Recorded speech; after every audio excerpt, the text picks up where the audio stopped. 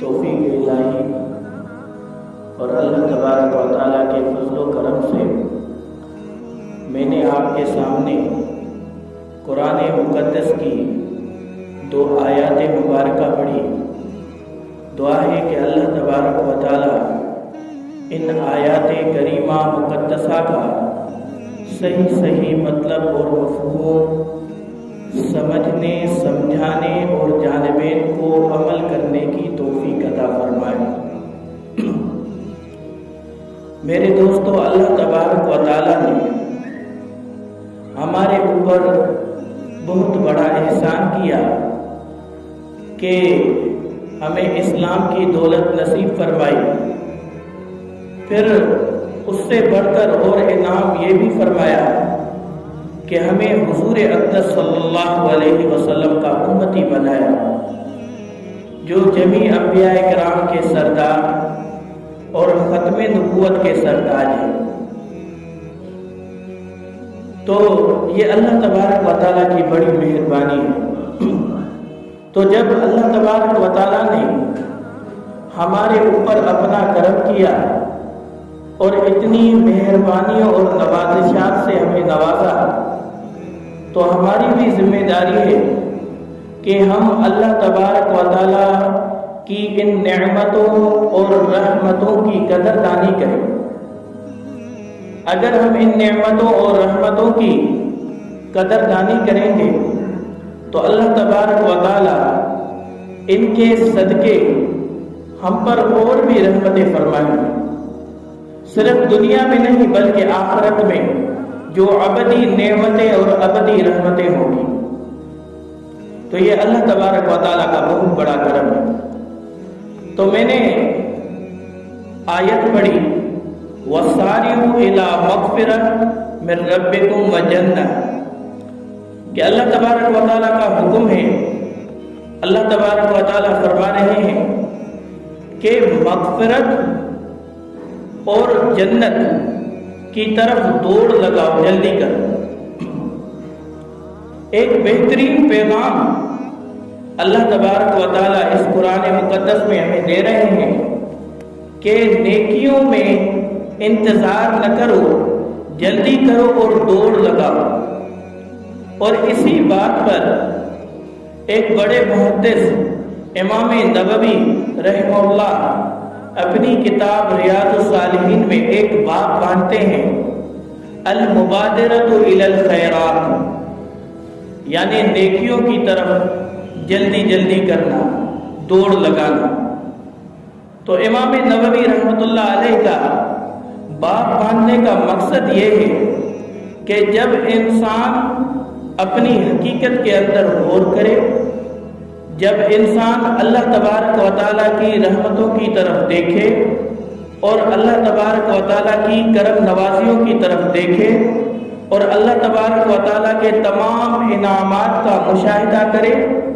تو ان مشاہدات کرنے کے بعد پھر انسان کے دل میں ایک داعیہ پیدا ہو، ایک سوچ پیدا ہو کہ اللہ تبارک و تعالیٰ نے جب ہمارے اوپر اتنی کرم نوازیاں کی اور ہمارے اوپر رحمتوں اور برکتوں کی بارشیں برسائی،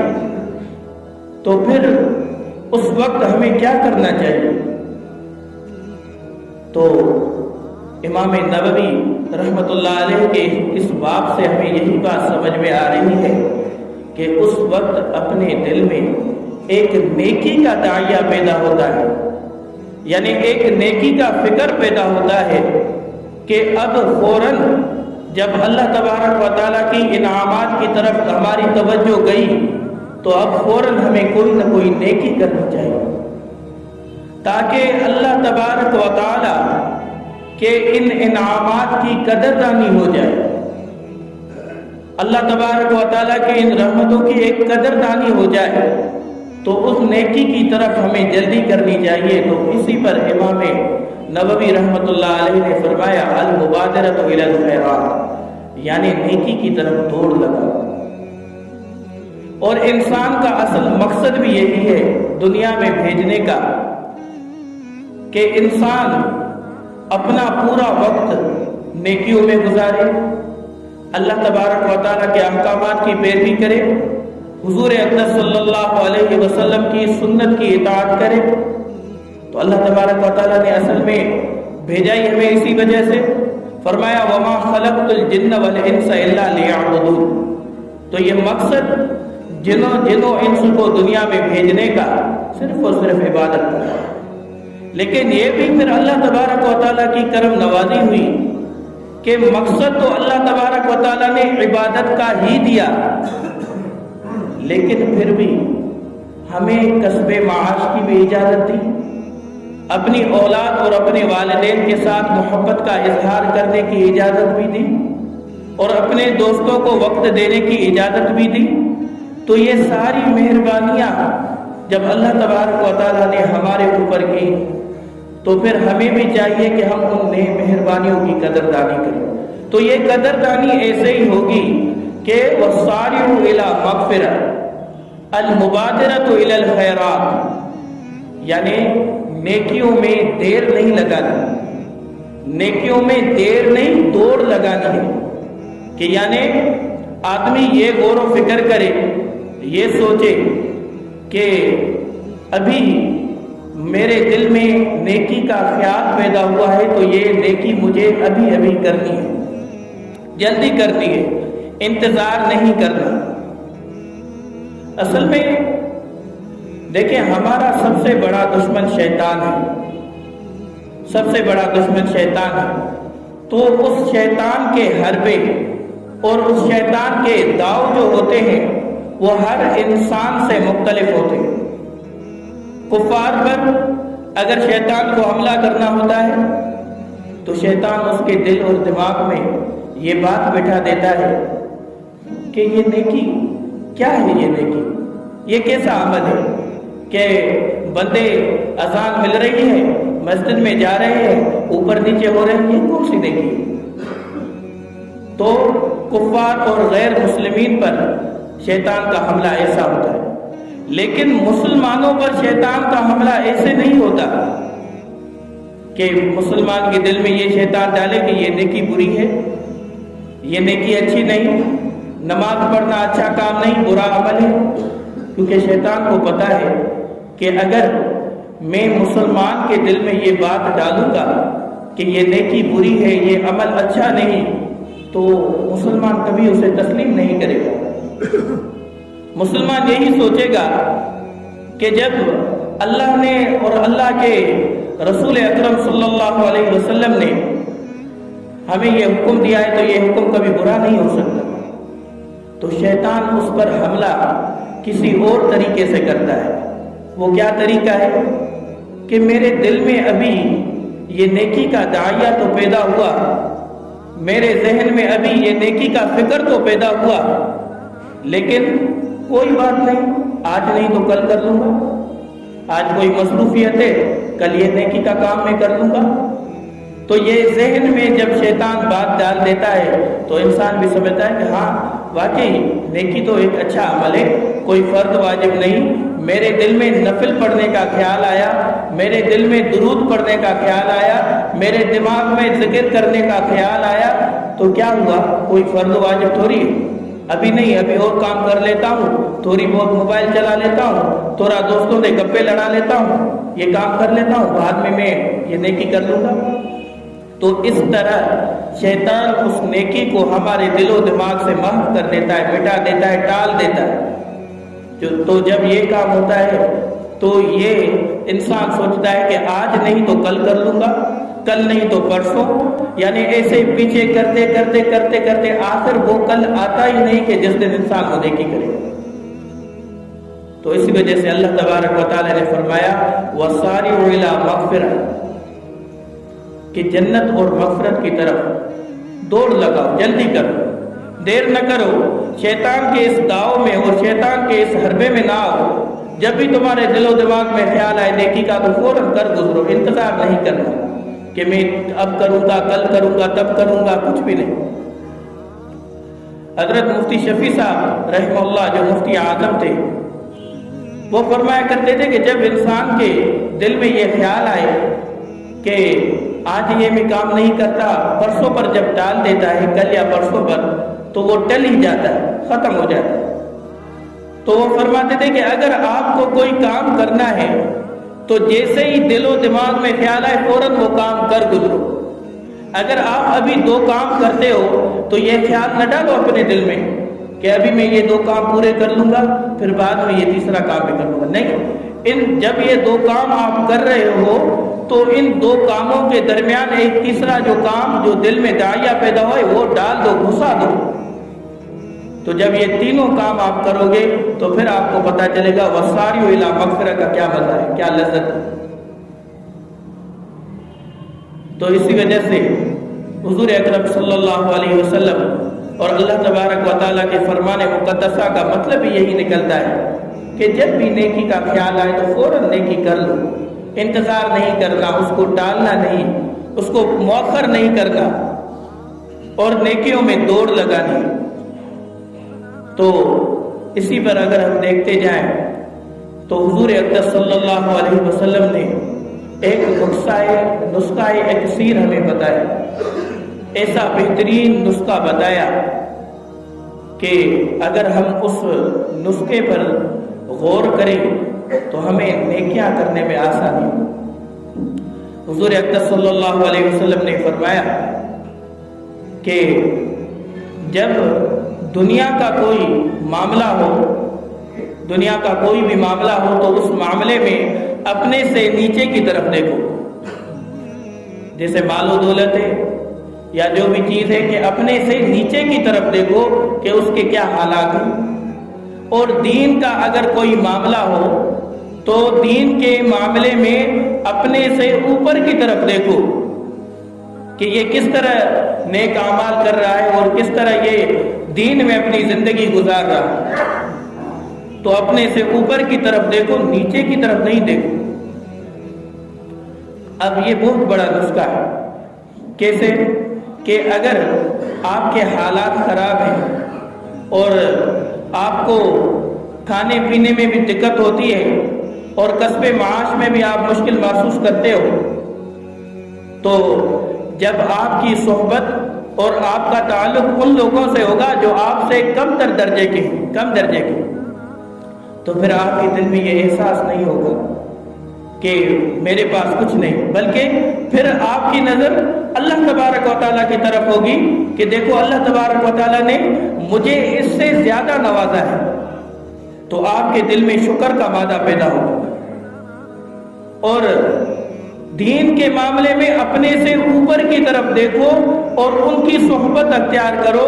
تو اس سے فائدہ یہ ہوگا کہ جب آپ اپنے سے اوپر کسی شخص کو دیکھیں گے کہ وہ اتنے اعمال کر رہا ہے اور میں نہیں کر رہا، وہ اتنے نوافل پڑھ رہا ہے اور وہ قرآن کی اتنی تلاوت کرتا ہے، تو جب آپ کی صحبت ان لوگوں سے ہوگی تو پھر آپ کے دل میں بھی ایک خیال پیدا ہوگا،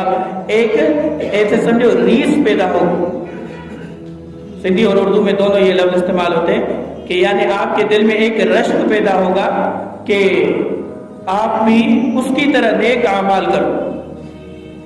تو یعنی حضور اقدس صلی اللہ علیہ وسلم نے یہ نسخہ اکسیر ہمیں بتایا۔ یعنی اصل میں دیکھو، دنیا کے کسی بھی معاملے میں یا کسی بھی شعبے میں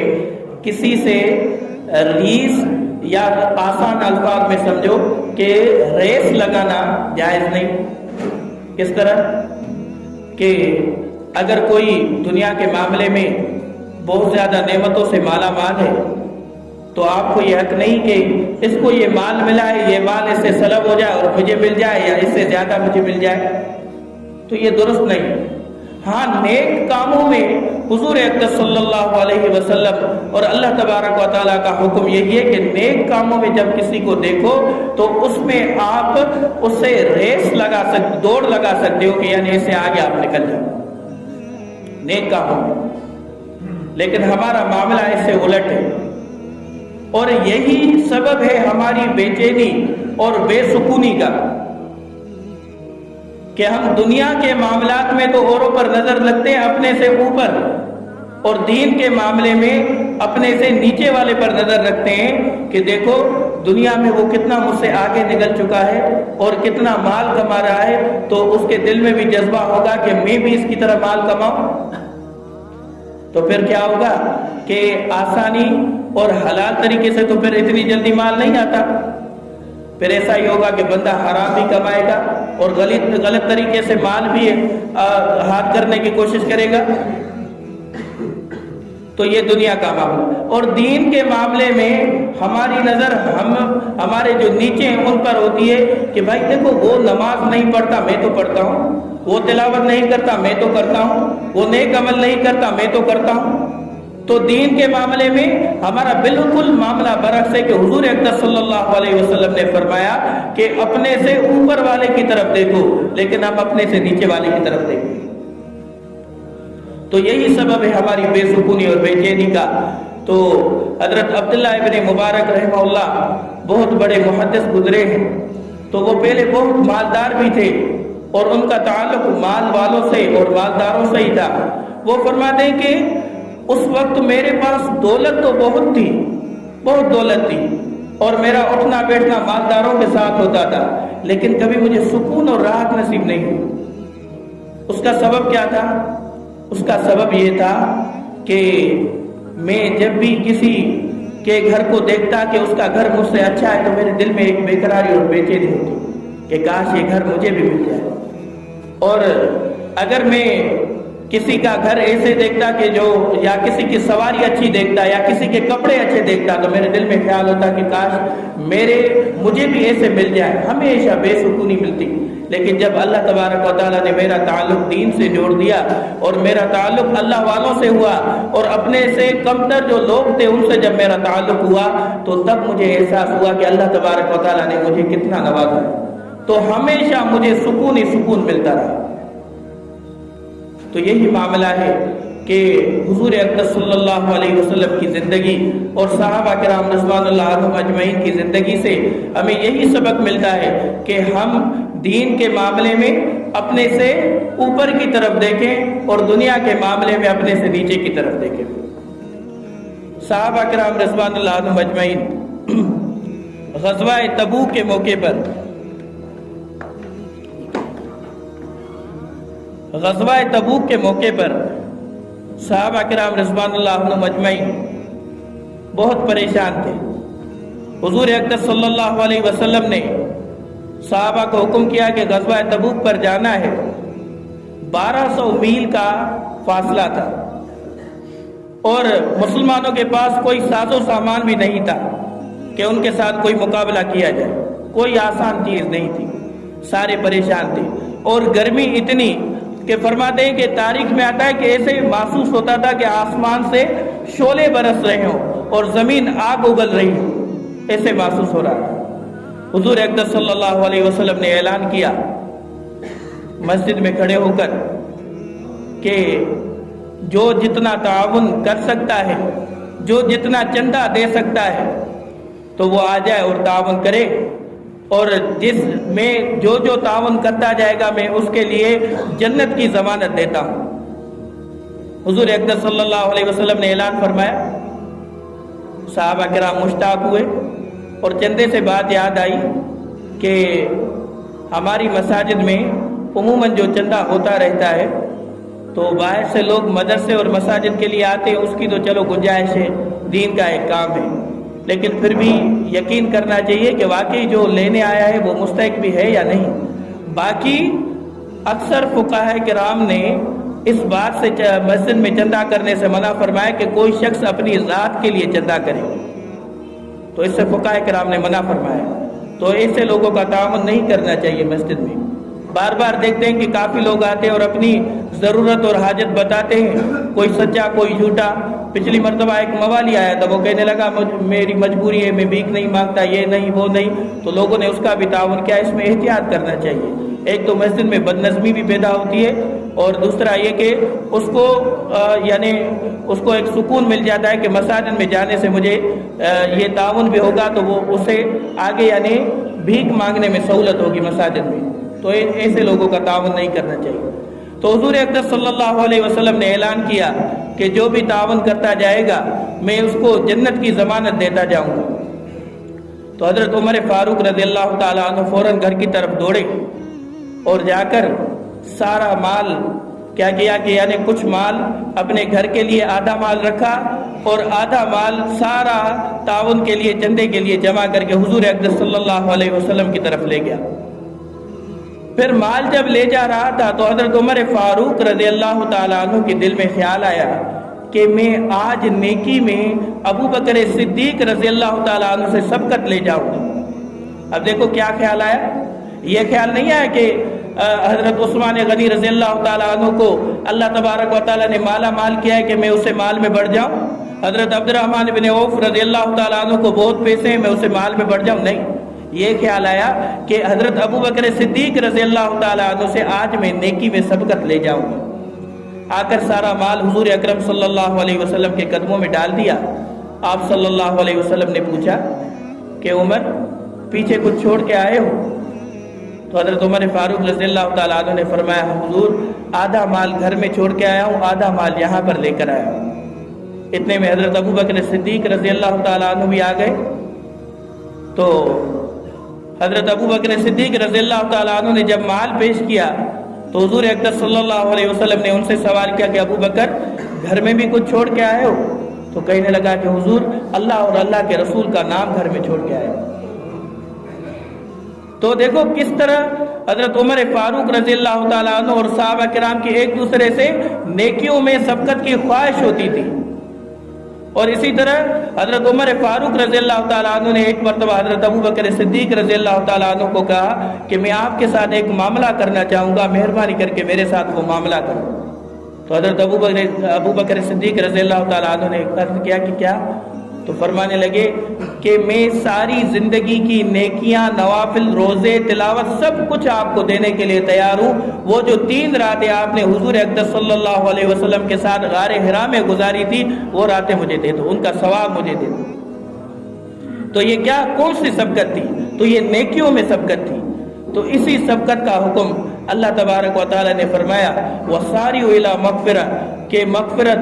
اپنے رب کی طرف سے مغفرت کی طرف سبقت کرو، وجنہ اور جنت کی طرف سبقت کرو، وہ جنت عرضها السماوات والارض جس کی چوڑائی آسمان اور زمینوں جتنی ہے، اعدت للمتقین اور یہ جنت پرہیزگاروں کے لیے تیار کی گئی ہے۔ اللہ تبارک و تعالی عمل کی توفیق عطا فرمائے۔